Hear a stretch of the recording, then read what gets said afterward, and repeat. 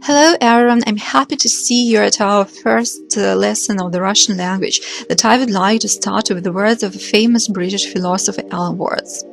He said, if you awaken from this illusion and you understand that black implies white, self implies other, life implies death, or shall I say death implies life, you can feel yourself not as a stranger in the world, not as something here unprobational, not as something that has arrived here by fluke, but you can begin to feel your own existence as absolutely fundamental.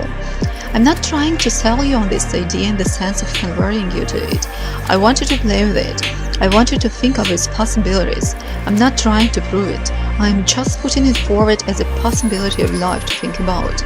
So then, let's suppose that you were able every night to dream any dream you wanted to dream, and that you could, for example, have the power within one night to dream 75 years of time, or any length of time you wanted to have. And you would naturally, as you began on this adventure of dreams, you would fulfill all your wishes. You would have every kind of pleasure during your sleep, and after several nights of 75 years of total pleasure each, you would say, "Wow, that was pretty great. Now let's have a surprise. Let's have a dream which isn't under control, where something is gonna happen to me that I don't know what's gonna be." And you would dig that and would come out of that and you would say, "Wow, that was a close shave, wasn't it?" Then you would get more and more adventures and you would make further and further out gambles what you would dream. And finally, you would dream where you are now. You would dream the dream of living the life that you are actually living today. That would be within the infinite multiplicity of choices you would have.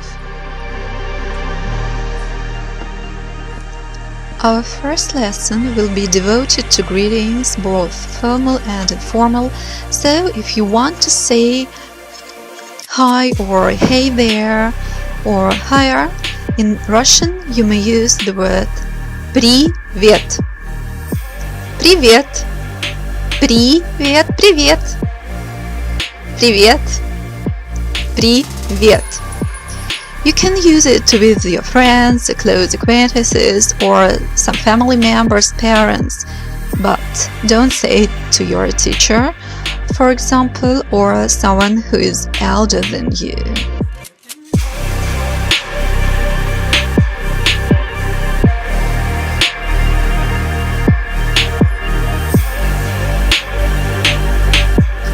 More formal equivalent of hello, привет, in the Russian language is здравствуйте. Здравствуйте. Здравствуйте. My cam is out of focus. Yeah, here it is. Здравствуйте. Здравствуйте.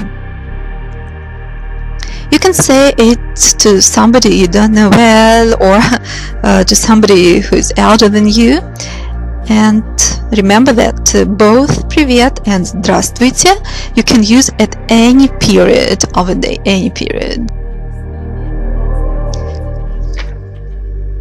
As for the different periods of a day, you can use in the morning to say good morning,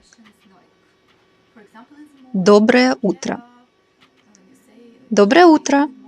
I hate getting up in the morning, so instead of доброе утро, I usually say to my family members just привет. Доброе утро. The transcribed versions of the words shown on the video are not correct, so follow my pronunciation and use, for example, in доброе утро instead of O. I'm showing now. Доброе утро. Доброе утро. Доброе утро. Доброе утро.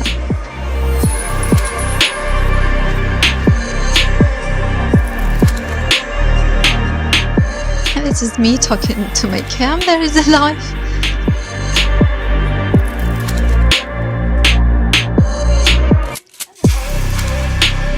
In the afternoon, you can say "Добрый день." Добрый день. That stands for good afternoon.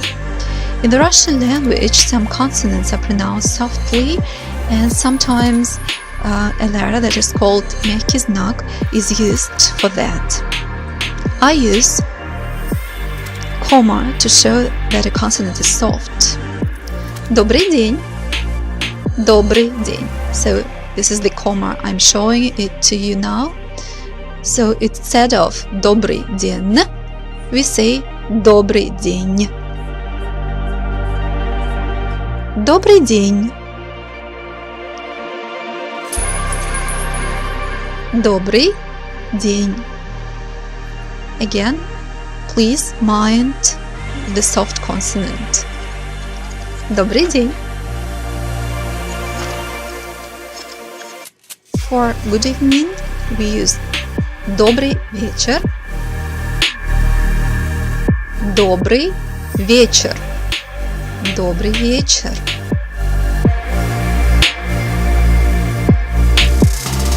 Here it is.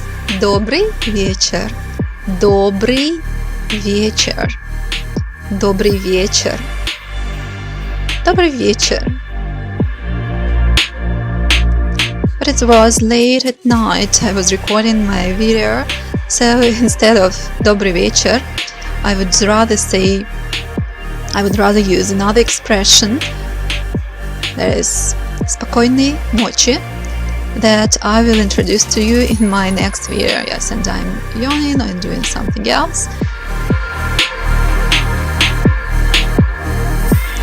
That is all for today, and I will be happy to see you in my next video where I will introduce some expressions that mean goodbye in the Russian language.